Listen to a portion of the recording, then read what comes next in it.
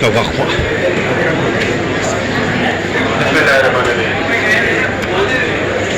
میں صرف اتنا کہوں گا کہ جو رویہ تھا ہماری جج صاحبہ کا ہمارے ممبر کے ساتھ انتہائی نامناسب ناشائستہ نہیں ہونا چاہیے. اگر انہیں خیال ہے ڈیکورم آف دی کورٹ کا تو ڈیکورم آف کورٹ صرف ہمارے اوپر نہیں لاگو ہوتا ہے, ججز کے اوپر بھی لاگو ہوتا ہے.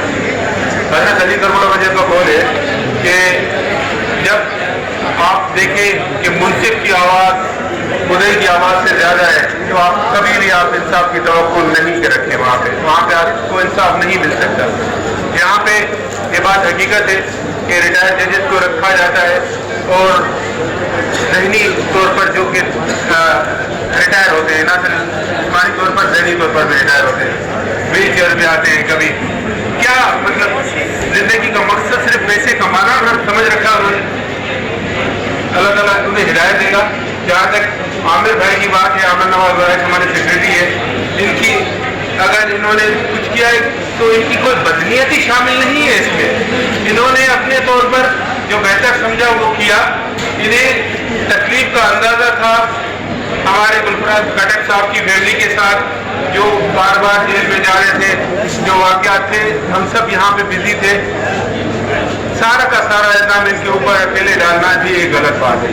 عامر بھائی ہمارے سیکرٹری ہیں اور انہوں نے پورا سال وکیلوں کے لیے ہر جگہ ہم جہاں پہ کوئی نہیں پہنچ سکتا تھا یہ وہاں پہ پہنچے, دکھ میں سکھ میں ہر جگہ پہنچے.